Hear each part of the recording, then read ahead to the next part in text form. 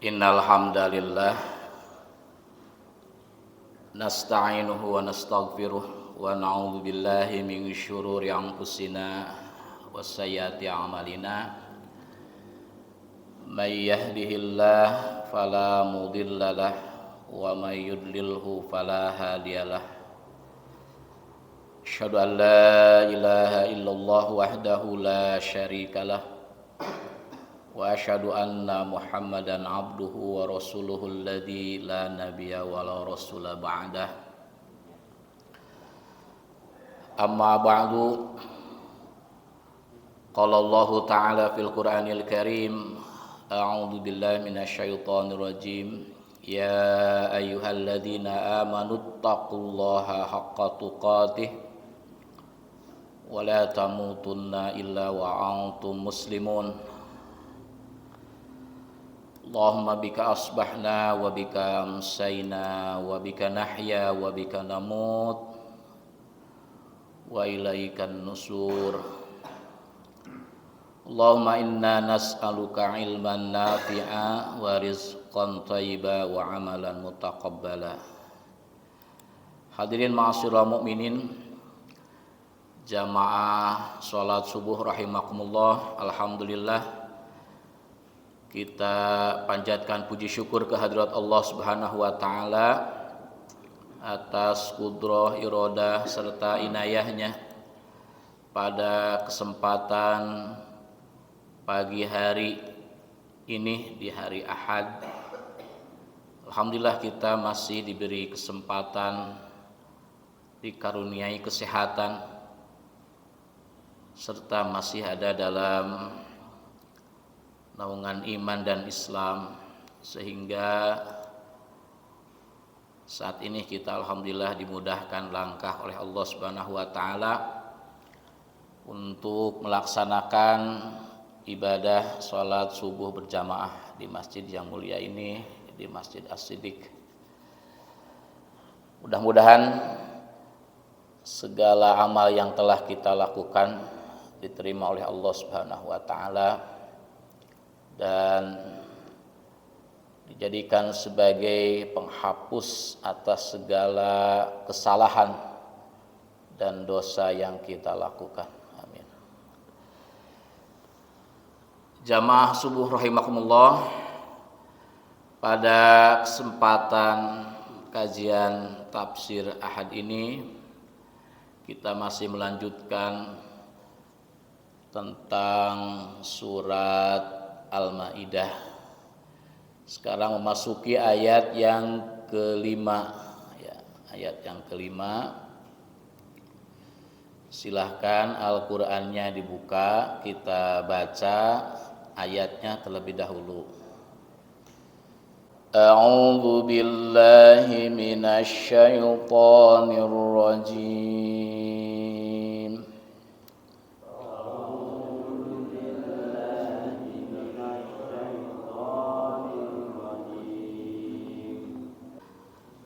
Al-yawma uhilla lakumut thayyibat. Ya. Al-yawma uhilla lakumut thayyibat. Wa ta'amul ladzina utul kitaba hillul lakum.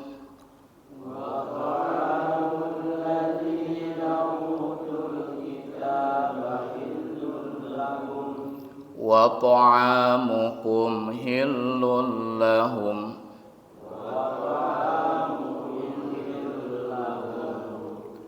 wal muhsanatu minal mu'minati wal muhsanatu minal ladzina utul kitaba min qablikum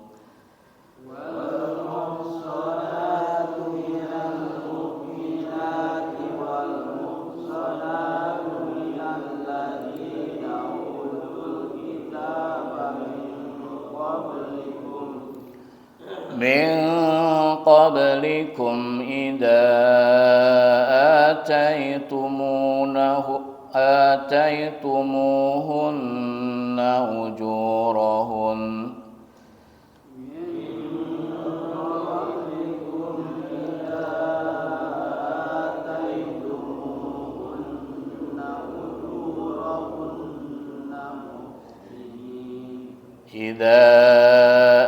آتيتموهن أجورهن محسنين غير مسافحين ولا متخذي أخدان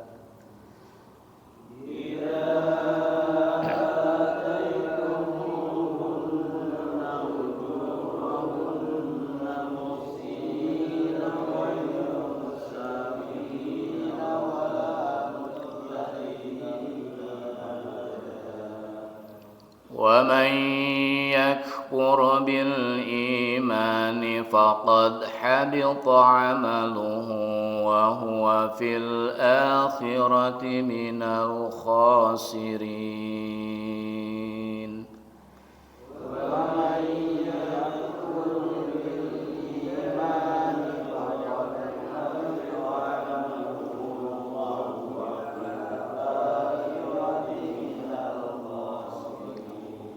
Sami'na wa ata'na ghufrana. Al-yawma uhilla lakumut thayyibat.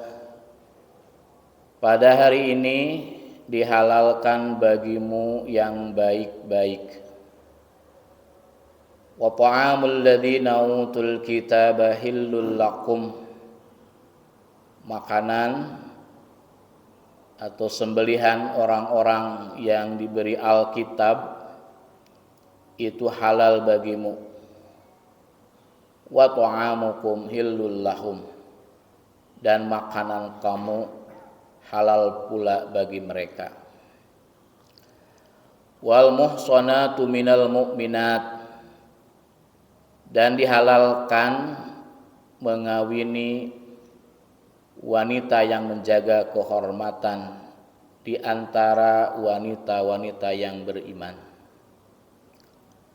Wal muhsanatu minal ladzina utul kitaba min qablikum, dan juga wanita-wanita yang diberi Alkitab sebelum kamu.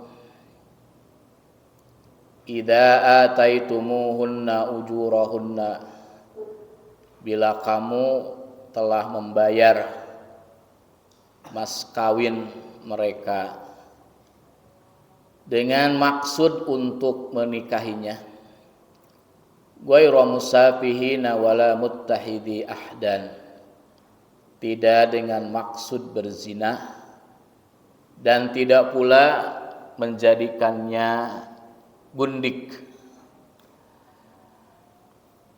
Wa may yakfur bil iman, dan siapa yang kufur sesudah beriman, faqad habita amaluh, maka hapuslah amalnya. Wa huwa fil akhirati minal khasirin, dan di hari kiamat mereka termasuk orang-orang merugi. Hadirin wa iman yang dimuliakan Allah Subhanahu wa taala, itulah ayat kelima di surat Al-Maidah serta tarjamahnya. Tentu ayat ini masih ada kaitan dengan pembahasan ayat sebelumnya, yaitu ayat yang keempat, di mana pada ayat yang keempat kita telah membahas bersama bahwa Allah menjelaskan tentang makanan yang dihalalkan bagi umat Islam. Di antaranya disebutkan adalah makanan yang baik-baik.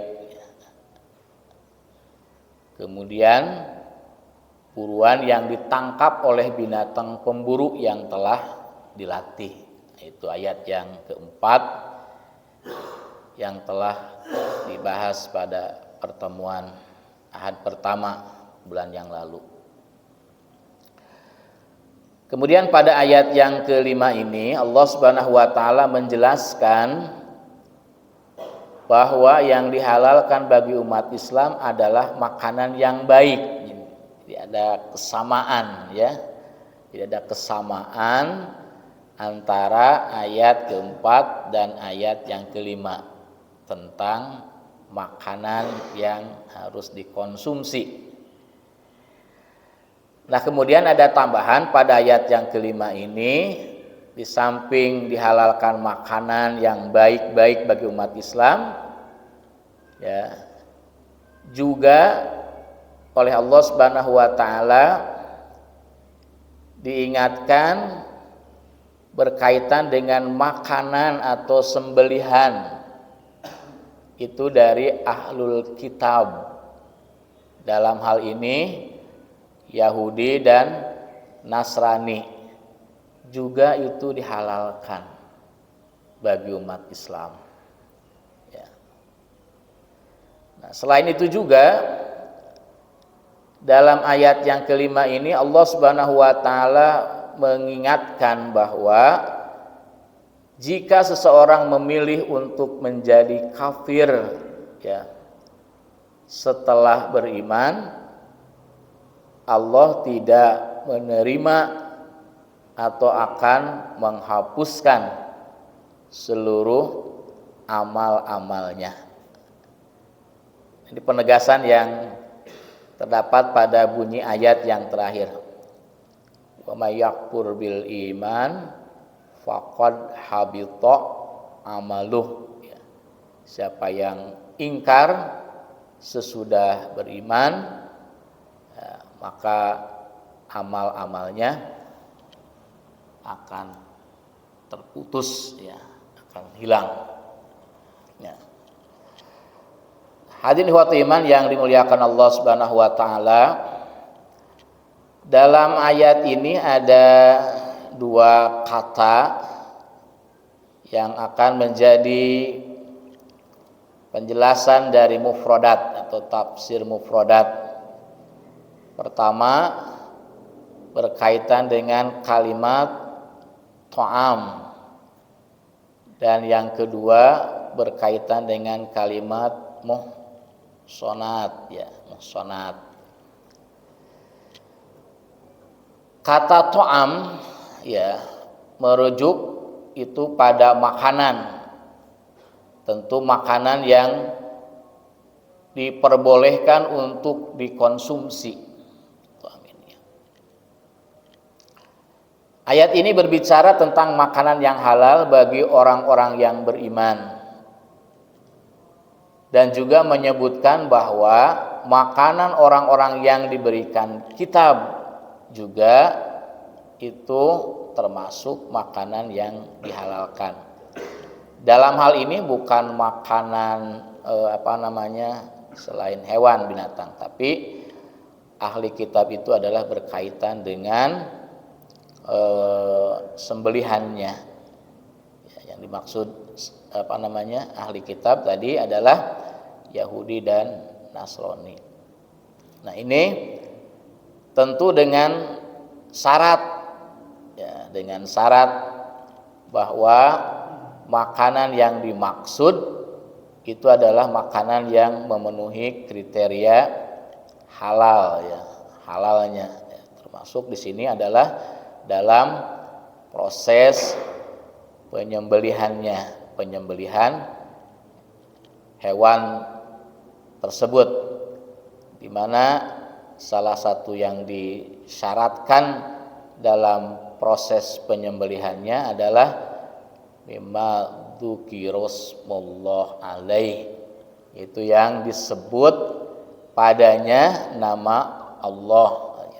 Terus sembelihannya bukan dipersembahkan untuk selain Allah Subhanahu wa taala.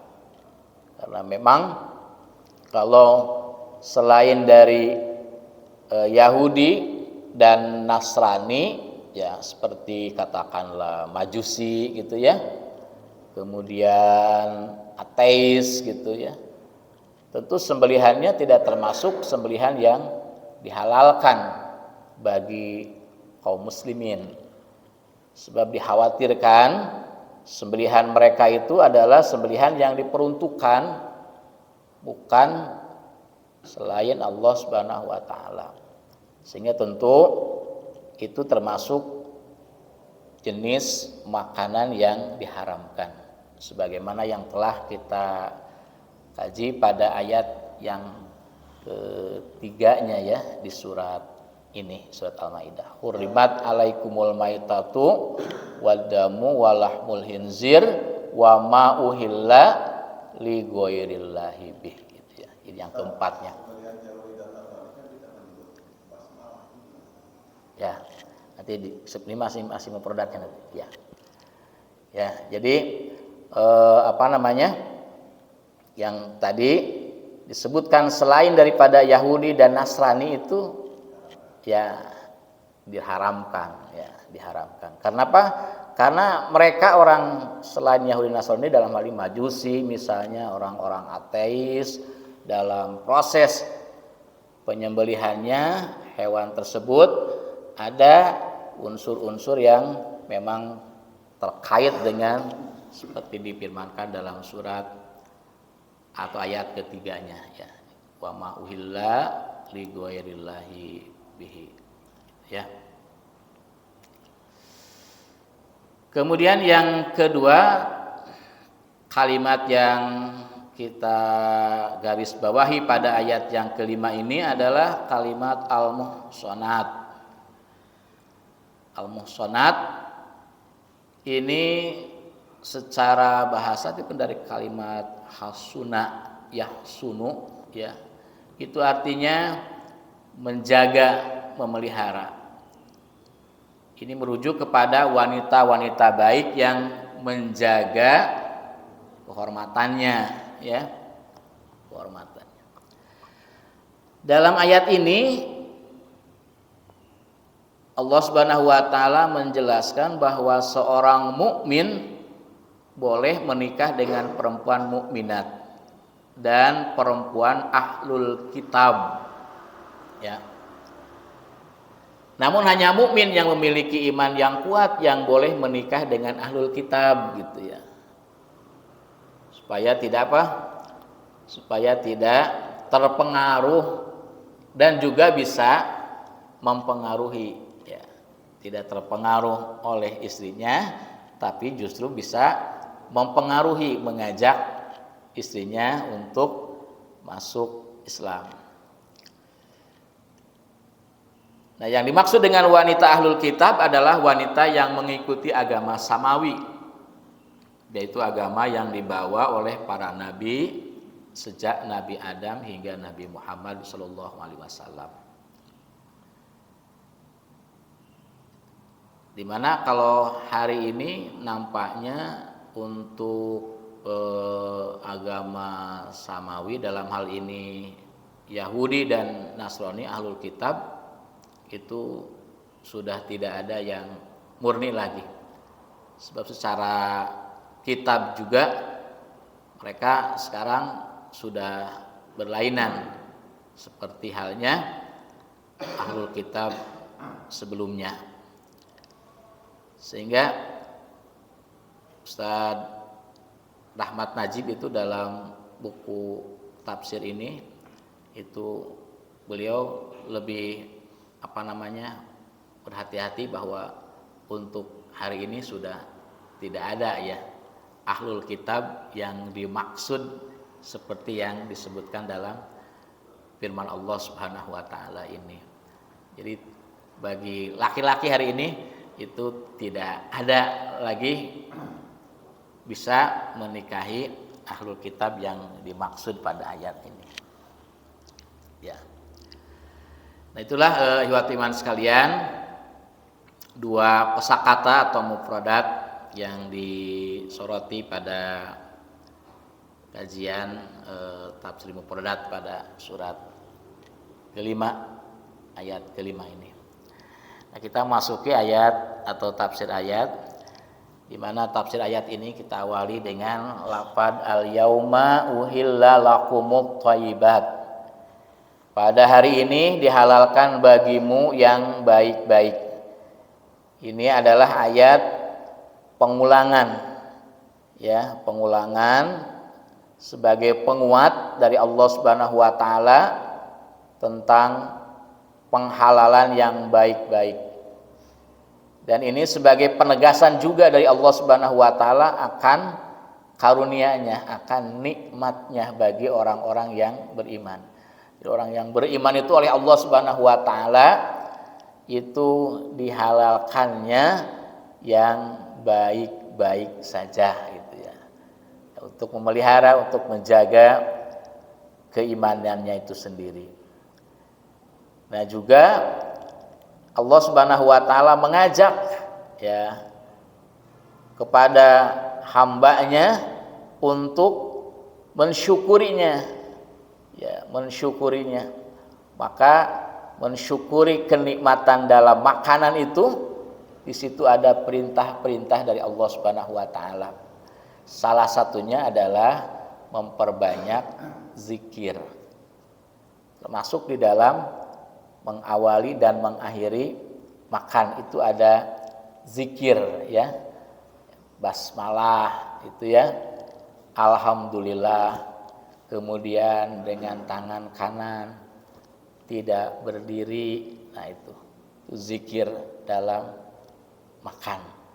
Dan itu sebagai bentuk rasa syukur kita kepada Allah Subhanahu wa taala atas penganugerahan makanan yang baik-baik untuk dikonsumsi oleh kita dari Allah Subhanahu wa taala.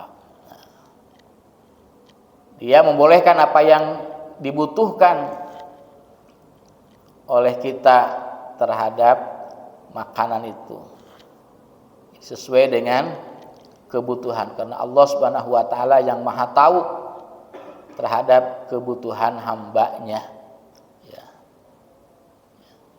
Jadi bukan keinginan, tapi kebutuhan. Ya, kalau keinginannya tentu itu yang biasanya merusaknya keinginan itu. Nah, justru yang dibutuhkan itulah Allah Subhanahu wa taala memberikan informasi kepada kita, yakni manfaat kemudian yang baik.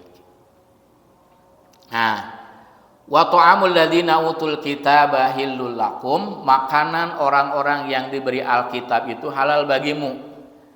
Nah, tentu kata ta'am dalam sebutan bagi seorang yang dapat dimakan dan masuk dalamnya hewan sembelihan.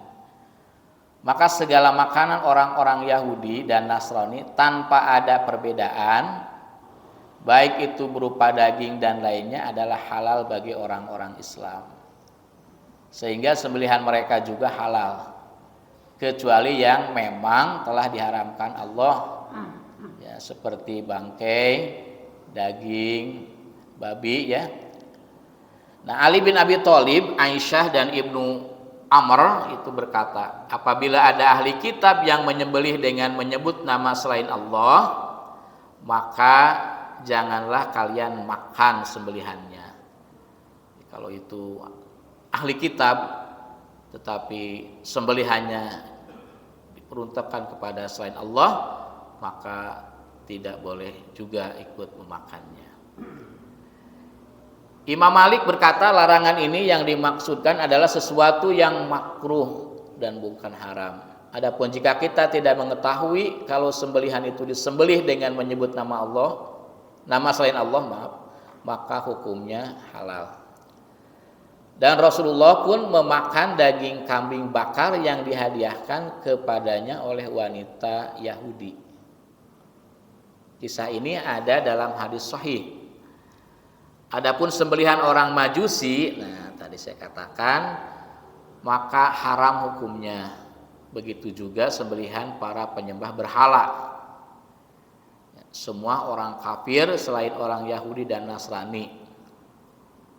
Nah, diharamkan juga menikahkan wanita muslimah dengan mereka karena mereka tidak termasuk ahli kitab. Adapun makanan lain selain sembelihan tentu halal hukumnya untuk kita makan sesuai dengan ijma para ulama, ya, para sahabat. Nah itu, jadi untuk sembelihan kan ya, untuk sembelihan ahli kitab tentunya, ahli kitab yang waktu itu ada, yang saat ini tadi itu sudah diragukan keberadaannya gitu ya. Maka sekarang kalau disebutkan ahli kitab, pada hakikatnya itu adalah kafir gitu ya. Pada hakikatnya adalah kafir yang merubah kitab sucinya, dan tentu mereka dikhawatirkan juga melakukan perubahan hukum-hukum yang lainnya termasuk dalam hal menyembelih. Makanya sembelihan orang-orang ahli kitab hari ini itu sama saja dengan sembelihan orang-orang kafir. Seperti orang-orang musyrik tadi. Wa ta'amukum hillul lahum, dan makanan kamu ya halal pula bagi mereka. Ya tentunya makanan orang-orang Islam itu halal untuk dimakan oleh orang-orang ahli kitab. Ya, apalagi orang Islam makan ya. Ya makanannya memang sudah disyariatkan untuk mengkonsumsi yang thayyib, kemudian yang halal.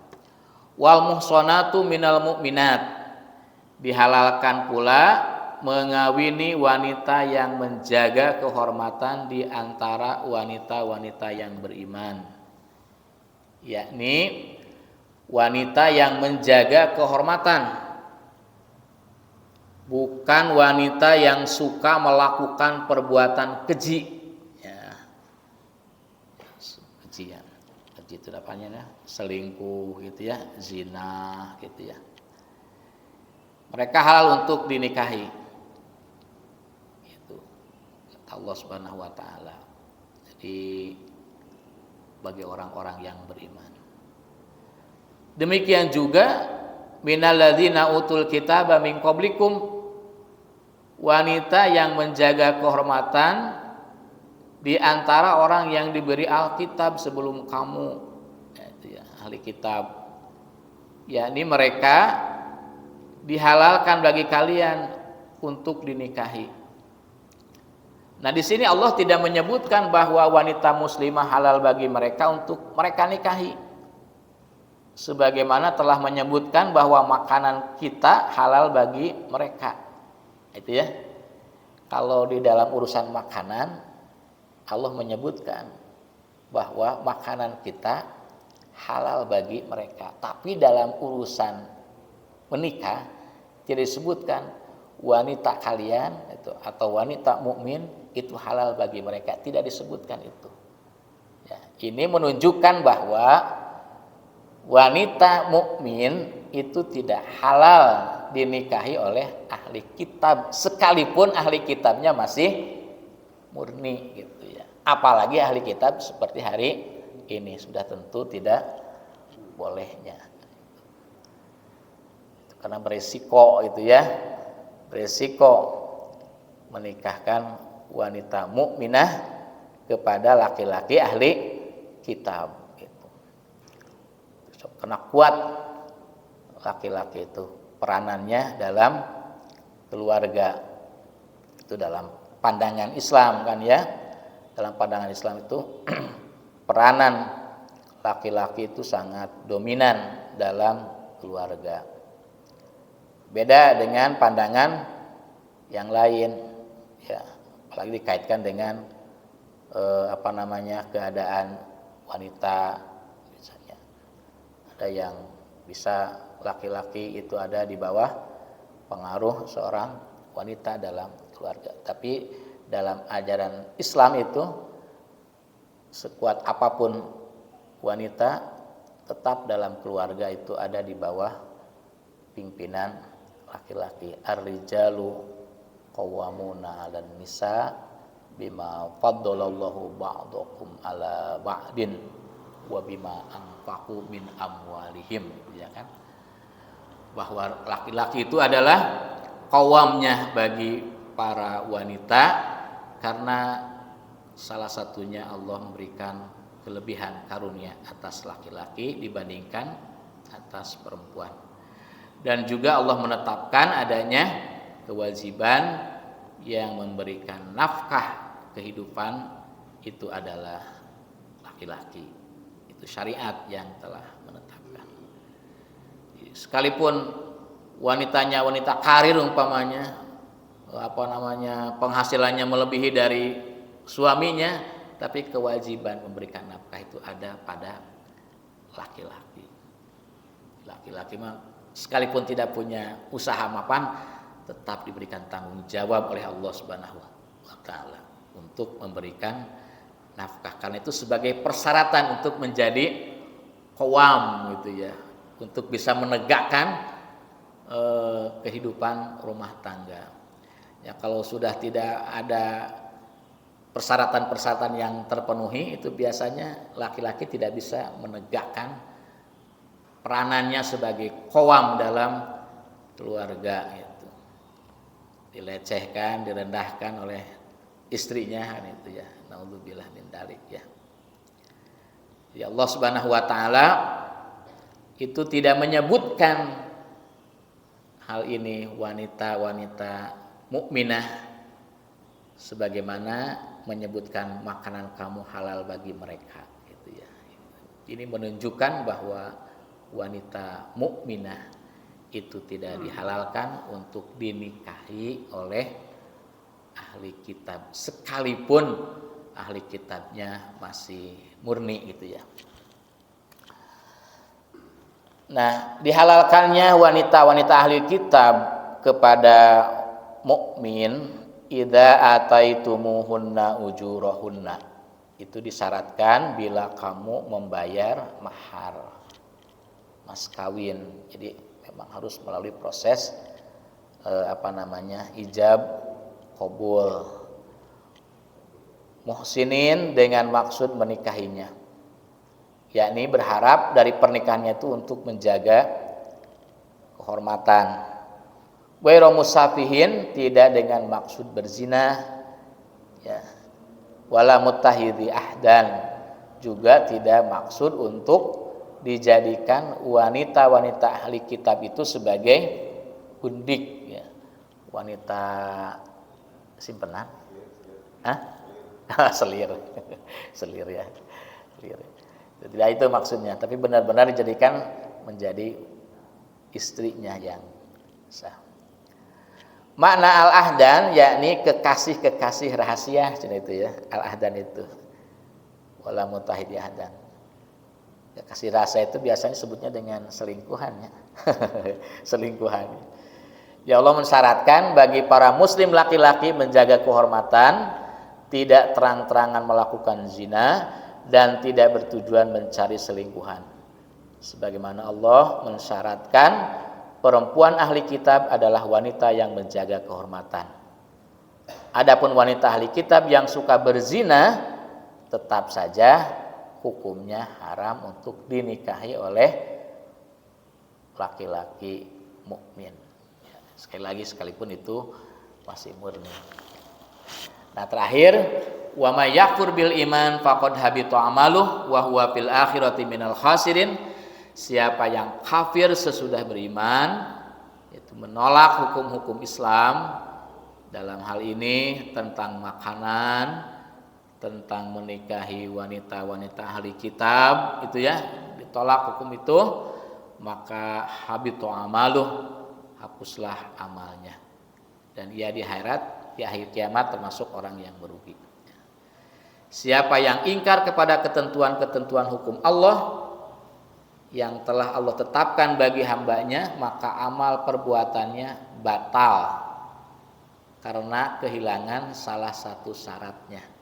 Salah satu syaratnya amal itu diterima oleh Allah Subhanahu wa taala itu adalah keimanan. Iman yang mensyaratkan. Jadi kalau sudah tidak iman, tentu batal imannya atau tidak diterima, tidak sah. Dan kelak pada hari kiamat ia termasuk orang yang merugi karena ia akan masuk neraka untuk selama-lamanya. Nah, hadirin ikhwati iman yang dimuliakan Allah Subhanahu wa taala, itulah penjelasan dari ayat yang kelima di surat Al-Maidah. Di dalam ayat ini, ikhwati iman sekalian, kita diingatkan oleh Allah Subhanahu wa taala kembali untuk penegasan berkaitan dengan kehalalan makanan yang baik. Kemudian di ayat yang kelima ini ada tambahan berkenaan dengan wanita yang halal dinikahi di antara wanita-wanita ahli kitab yang tentu menjaga kehormatan mereka. Khotiman sekalian, itulah yang dapat disampaikan pada kesempatan kuliah subuh pagi hari ini. Mudah-mudahan Allah Subhanahu wa taala meridhoi segala langkah yang kita lakukan dan menerima segala amal ibadah yang kita. Demikian aqulu qouli hadza wa astaghfirullah li wa lakum. Rabbana la tuzigh qulubana ba'da idh hadaitana wa hab lana min ladunka rahmatan innaka antal wahhab. Rabbana atina fid dunya hasanah wa fil akhirati hasanah wa qina adzabannar. Assalamualaikum warahmatullahi wabarakatuh.